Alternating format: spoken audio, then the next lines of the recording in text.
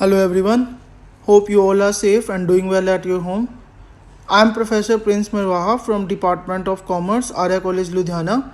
And students, in this lecture, we will discuss the topic linear regression analysis.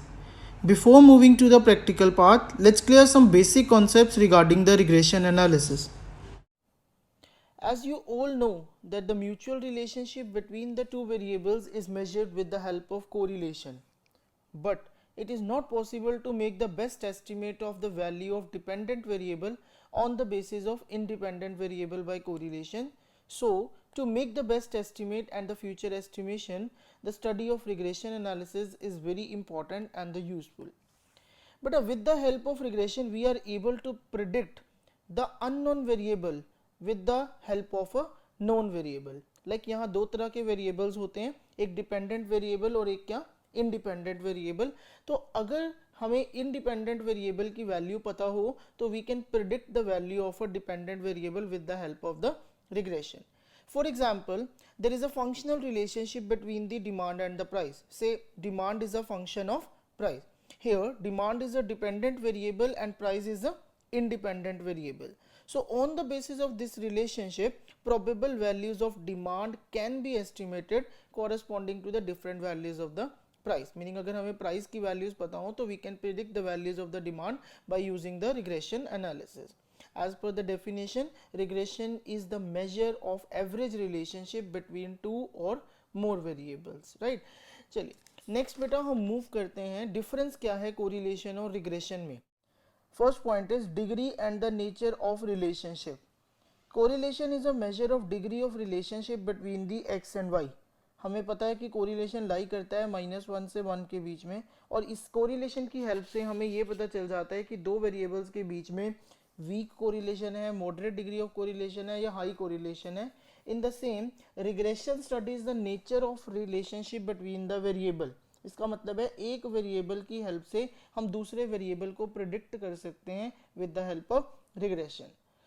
Second point is cause and effect relationship. Correlation बेटा हमें cause and effect नहीं show करता, ये दो variables के बीच में relationship major करता है, लेकिन हमें ये नहीं पता चलता कि कौन सा वेरिएबल कॉज है और कौन सा वेरिएबल इफेक्ट है, मीनिंग किस वेरिएबल का इम्पैक्ट किसके ऊपर पड़ रहा है. बट रिग्रेशन की हेल्प से it expresses the cause and effect relationship. इसका मीनिंग हमें पता चल जाता है कि कौन सा वेरिएबल जो कॉज है और कौन सा वेरिएबल इफेक्ट है. Third point is prediction.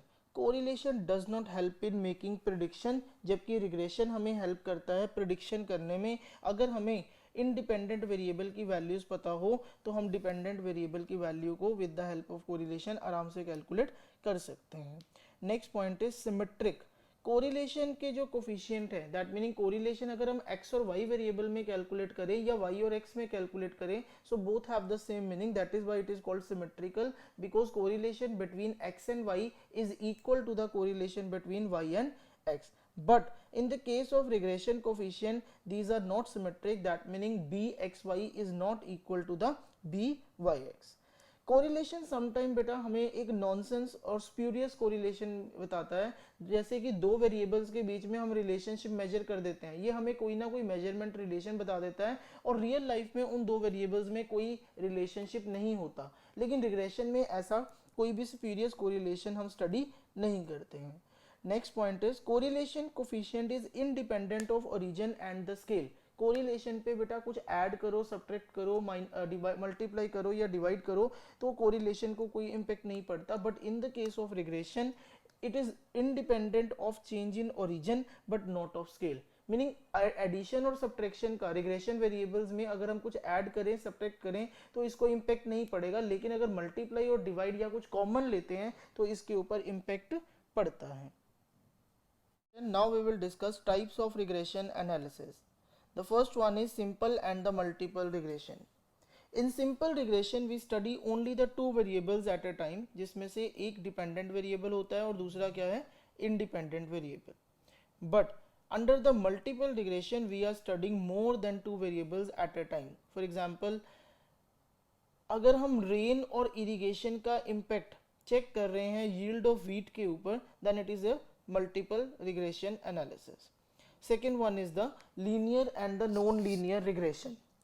when the one variable changes with the other variable in some fixed ratio, then it is called the linear regression. Meaning अगर एक वेरिएबल 5 के गैप से राइज कर रहा है और दूसरा 10 के गैप से कर रहा है, but the ratio is the same every time, so then it is called a linear regression. But when one variable increases with the other variable in changing ratio, then it is referred to as a non-linear regression, or it is also called curvilinear regression. Third one is partial and the total regression.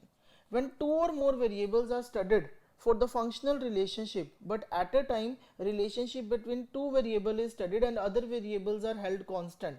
मतलब बेटा variable ज़्यादा हैं लेकिन आप एक point of time पे सिर्फ दो वेरिएबल्स को स्टडी कर रहे हैं और बाकी वेरिएबल्स को आप कांस्टेंट रख रहे हैं, then it is called a partial correlation. लेकिन टोटल रिग्रेशन के टाइम में आप सारे के सारे वेरिएबल को साइमल्टेनियसली ही स्टडी करते हो.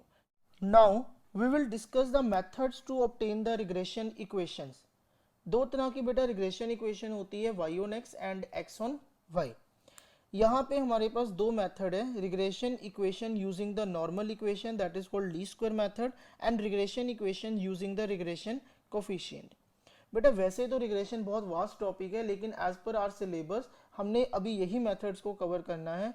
ये जो मेथड हम स्टडी कर रहे हैं ये इंडिविजुअल सीरीज के बेसिस पे है. Under the least square method हमारे पास दो लाइंस हम रिग्रेशन इक्वेशंस को कैलकुलेट कर सकते हैं. One is y on x and other is x on y.